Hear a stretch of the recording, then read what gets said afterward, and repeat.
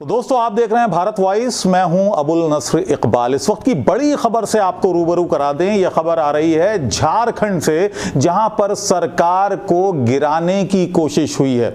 हम आपको बता दें, सीधे आरोप लग रहे हैं भारतीय जनता पार्टी पर। वहां पर सरकार को अस्थिर करने, वहां की सरकार को गिराने के आरोप लगे हैं और ये आरोप खुद झारखंड मुक्ति मोर्चा ने लगाए हैं, जिसके नेतृत्व में वहां पर सरकार चल रही है। यानी हेमंत सोरेन सरकार को गिराने की कोशिश वहां पर की गई और झारखंड मुक्ति मोर्चा का कहना है कि सीधे सीधे भाजपा, भारतीय जनता पार्टी के नेता इसमें शामिल हैं। पूरी खबर हम आपको बताएंगे, लेकिन थोड़ा इतिहास भी हम आपको बता दें क्यों आखिर भारतीय जनता पार्टी पर यह आरोप लग रहे हैं। आपने देखा कि किस तरह से अभी राजस्थान में सरकार को अस्थिर करने की कोशिशें हुई, किस तरह से मध्य प्रदेश में सरकार को गिराया गया, किस तरह से कर्नाटक में सरकार को गिराया गया।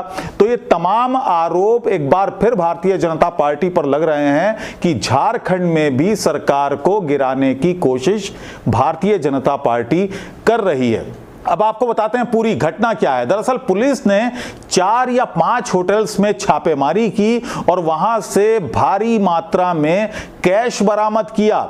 यहां पर 4 लोगों को हिरासत में भी लिया गया, गिरफ्तार भी किया गया और पुलिस कह रही है कि जिनमें से 2 लोगों ने अपना जुर्म भी कबूल किया है कि उन्होंने कहा है कि ये कैश हमें वहां पर विधायकों के खरीद फरोख्त के लिए ये कैश दिया गया था ताकि विधायकों को खरीदा जा सके।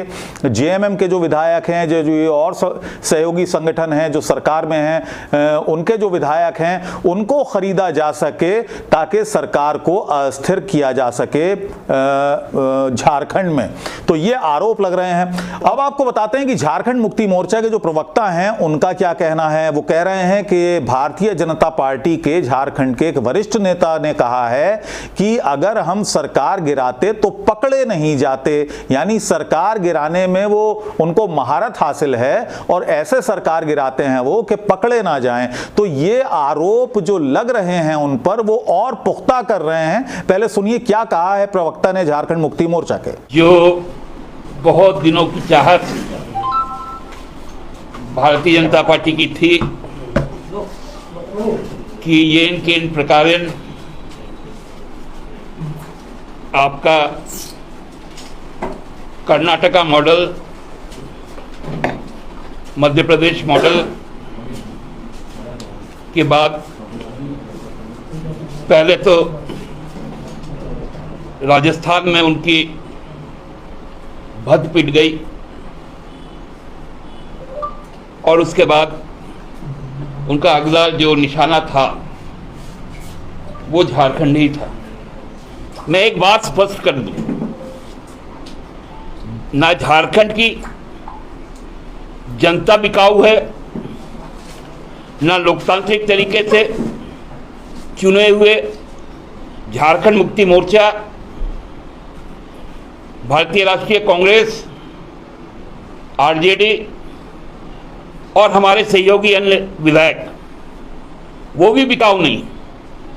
इसलिए ये राज्य सरकार 5 साल का टिकाऊ सरकार। मुझे तो बड़ा आश्चर्य होता है, भारतीय जनता पार्टी के जो सबसे सीनियर विधायक हैं, इस राज्य के मंत्री भी रहे हैं, विधानसभा अध्यक्ष भी रहे हैं, उनका एक बयान आ जाए कि हम लोग यदि विधायकों को खरीदने के लिए आएंगे तो पकड़े थोड़ी जाएंगे, कोई हमें पकड़ थोड़ी पाएगा।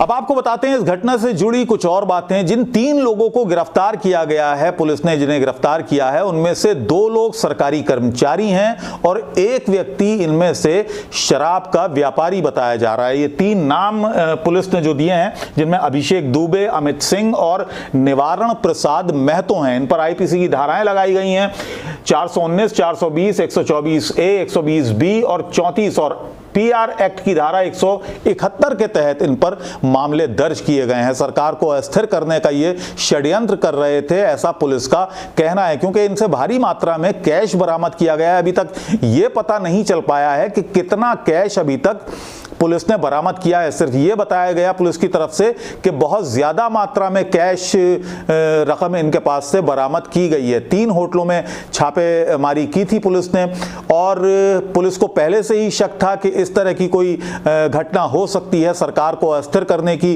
कोशिशें हो रही हैं।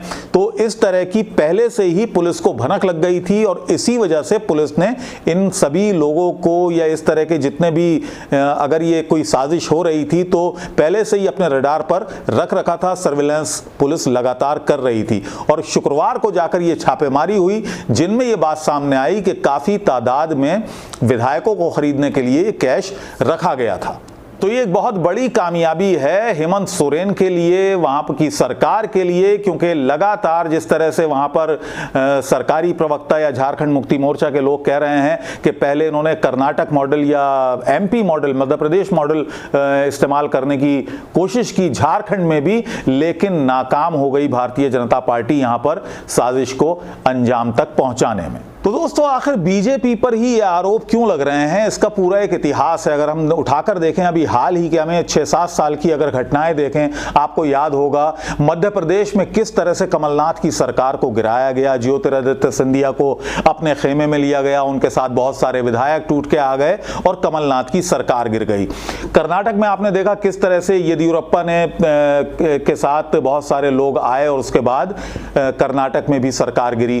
महाराष्ट्र की तरफ से भी ये आरोप लगते रहे हैं कि भारतीय जनता पार्टी के जो नेता हैं वो महाराष्ट्र में उद्धव ठाकरे की सरकार को अस्थिर करने की कोशिशों में लगे रहते हैं। राजस्थान में भी आपने अभी हाल ही में देखा कि राजस्थान में भी ये आरोप लगते रहे, यहाँ तक कि कई विधायकों को होटल्स में शरण लेनी पड़ी या उनको रखा गया एक तरह से ताकि उनकी खरीद फरोख्त ना हो सके या हॉर्स ट्रेडिंग ना हो पाए राजस्थान में। तो इसीलिए ये आरोप भारतीय जनता पार्टी पर लगते हैं कि जहां जहां भारतीय जनता पार्टी की सरकार नहीं है वहां पर यह हथकंडे भारतीय जनता पार्टी के नेता अपनाते रहे हैं पहले भी कि विधायकों को तोड़कर खरीदकर अपने पाले में लाया जाए और वहां की सरकार को अस्थिर करके और नई सरकार बनाई जाए भारतीय जनता पार्टी की के नेतृत्व में।